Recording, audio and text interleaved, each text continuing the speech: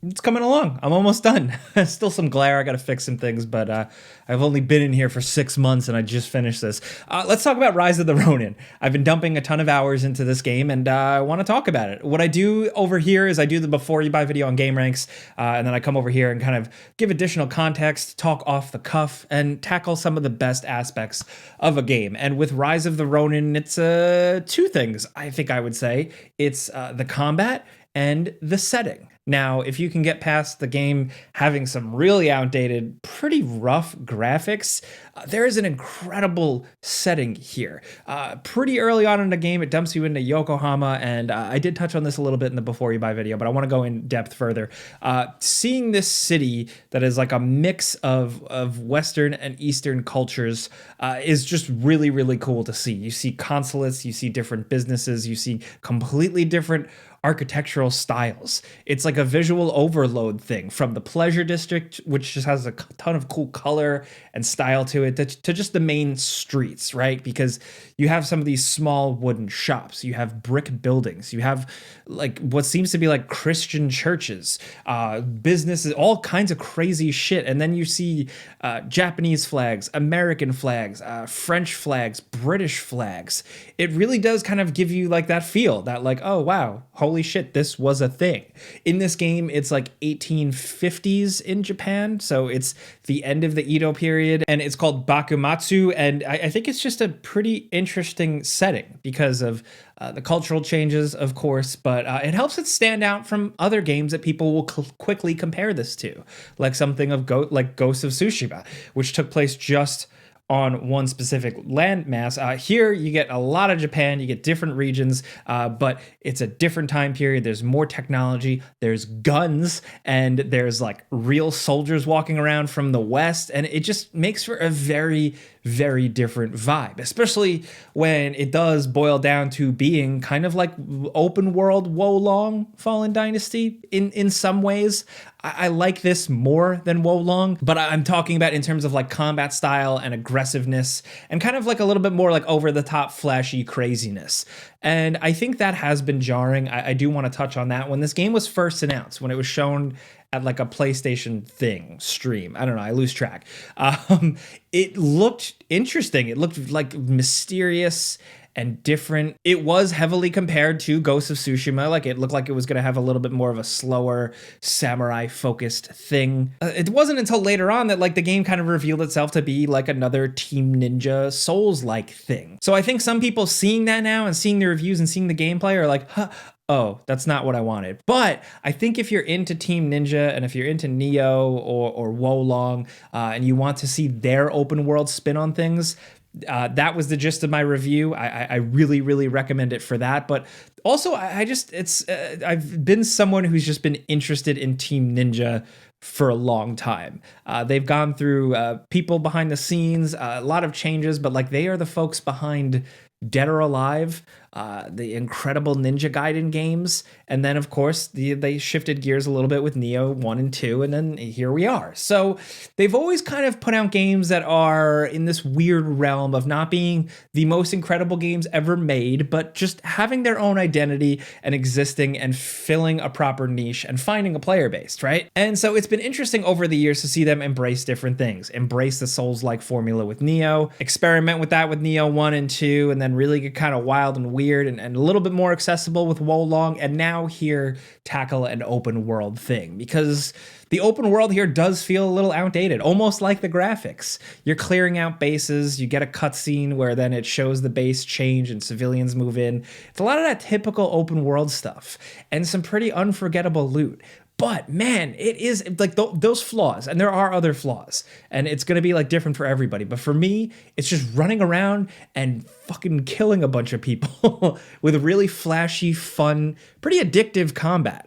You know, there's not a ton of combos, but there are multiple stances. There are multiple like kind of charged abilities to unlock. The amount of different weapon types that all have like their own animations and stuff is really, really impressive. And then Couple that with the fact that like you also can have guns. You can use rifles, bayonets, pistols, and that just works out really well. I really, really liked Like a Dragon Ishin specifically because of the setting and the fact that like you could basically be Kiryu, but like with like a samurai sword, like a katana and a gun. That was really cool, but like I feel like using guns in that game didn't feel as cool as they do here. So I think Rise of the Rōnin really kind of capitalizes on the potential of like wielding a katana and a pistol at the same time. It is very, very fun to pull off. You unlock more ways to kind of use that stuff in combat with a really good skill tree. I love good progression. Progression is always my thing, and I like a good skill tree that you can chew into,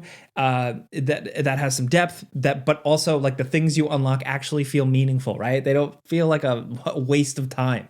And I liked a lot of the things I've been unlocking in this skill tree or various skill trees. You may have experienced something like this in other sword-focused Souls-likes, like maybe even Sekiro, kind of to a point. But in this game, when you use the special parry deflect button and you get those timings right, and you get like the fling, fling back and forth, you get like multiple sword exchanges and flashes, and the sound effect and the feedback and the haptic feedback on the controller, it just really, really hits. It makes the combat so satisfying, especially when an enemy is low on health and that exchange, those couple of sword exchanges back and forth, end in the enemy's head just popping off like a balloon. I did touch upon this in the Game Ranks video, but like part of what makes the combat so effective is that over the top blood sprays, the of blood and a head popping off like a balloon. And then even though they're dead, if your sword swings one or two more times, an arm might also fly off. So it has that level of brutality that really works. And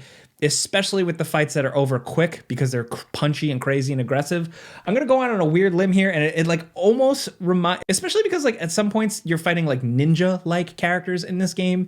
It does give me little vague echoes of Ninja Gaiden, and that was cool. Like remember like just having your sword and rolling around and trying to dodge other guys throwing like stars at you and shit. Like there are moments here where it feels like that. And then there is some stealth, and I kind of had the same issue with, you know, something like Ghost of Tsushima, where it has stealth, but it's not like a ton. I wish there was more, but what we get here at the very least I think is effective. It's a good way to whittle the numbers down a little bit, and I will take anything that even vaguely reminds me of Tenchu. So if I'm using a grappling hook and then like flipping up and running on a building and then jumping down and assassinating a guy, I will take that. I will always take that. And with it being pretty creative, you know, it has something that like similar RPGs have, where you can have like a whetstone or a certain type of thing that you can apply and then have elemental effects on your sword on the fly in combat, not in the menu. Like that's great. But where it works out here is that like very early on the game tells you straight up, it's like, hey, check this shit out. And if you time it right and you use that deflect parry button as somebody fires a gun at you, you can deflect that bullet and then your sword temporarily is on fire. And then you swing that thing around and then it just makes it. So like there's something so badass about that. And with the amount of things you can do in the combat, like I'm just looking forward to those YouTube videos of people doing a boss fight perfectly, where they slowly walk up towards the boss fires a gun, they deflect it, their sword's on fire, and they go. You know, I'm messy. You could tell from my gameplay that I suck. I'm getting my ass kicked. And the game does do a good job. It kind of like Wo Long, like it does a good job of like easing you in. You know, it's not immediately like brutal hard. And I have enjoyed this, and I've been enjoying my time with it, despite a couple of fucking bosses that are a little bullshit. That's just because I'm not good at it. But I have been enjoying my time, despite, you know, kind of still being a little tired of Souls-likes. Elden Ring was different enough. Lies of P I pushed through because I really like the setting and the style. But with the open world freedom, the fact that it's a little easier in spots or a little more accessible, you know, like your health and stuff is a little more forgiving. I played on normal, but like this, unlike a lot of other Souls-like games, actually have multiple difficulty modes at the very least. So if you want to ramp it down to easy, you could. But like the challenge on normal is like good enough, at least for me, someone who, you know, naturally is not good at these games. I have to like brute force them. And honestly, I've really been enjoying the open world stuff, because as much as It's open world filler in a lot of ways, and I'm kind of over it. I like how short everything is, and the murder is really good. I'm always just looking for more combat scenarios, so that's what I was doing. And then like you have all this other weird stuff in this game that I didn't really get to touch on in the before you buy, right? Like you can collect cats. You find cats everywhere in the world, and you press a button and you pick them up and you pet them, and that's cool. That's a good collectible. But then there are certain cats that are sleeping that are more rare, and you have to sneak up on them and catch them. But then there's all the navigation stuff with your glider wings, which are like weird, but they totally work. But then also using your grappling hook on kites that are out in the world to yank yourself further and continue to glide around.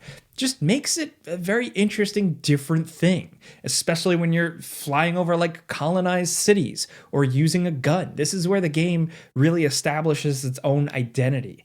Also, the theme. I think the theme music is incredibly well done. Something about it has just been sticking in my head for the last couple of days I've been playing this review copy. And there's a really good character creator. I kind of went for like a guy with like darkness under his eyes. I was going for like an edgy badass dude that kind of looks like Japanese Snake with like fucking cool headband, and like then I kind of leaned into like the dark eyes, and I went for almost like a pirate guy type thing as I got further in the game. And there's just like a lot of cool ways you could dress up. You could run around in like a suit and tie and like a bowler hat if you want, because that is technically the time period. So there's a lot of like wacky hijinks in this game. Again, this isn't one you take too seriously. When I first saw that first trailer and when I saw the beautiful box art, the key art, I was like, oh, this is like a serious thing. This is Rise of the Rōnin. Wow. No, this is more like, fuck yeah, it's Rise of the Rōnin. Cut some dudes' heads off. And, you know, as much as I wasn't expecting that, and playing it now, I am okay with that. And the game throws a lot at you. There's loot I didn't really care about, but then there's all the weapon stuff I mentioned.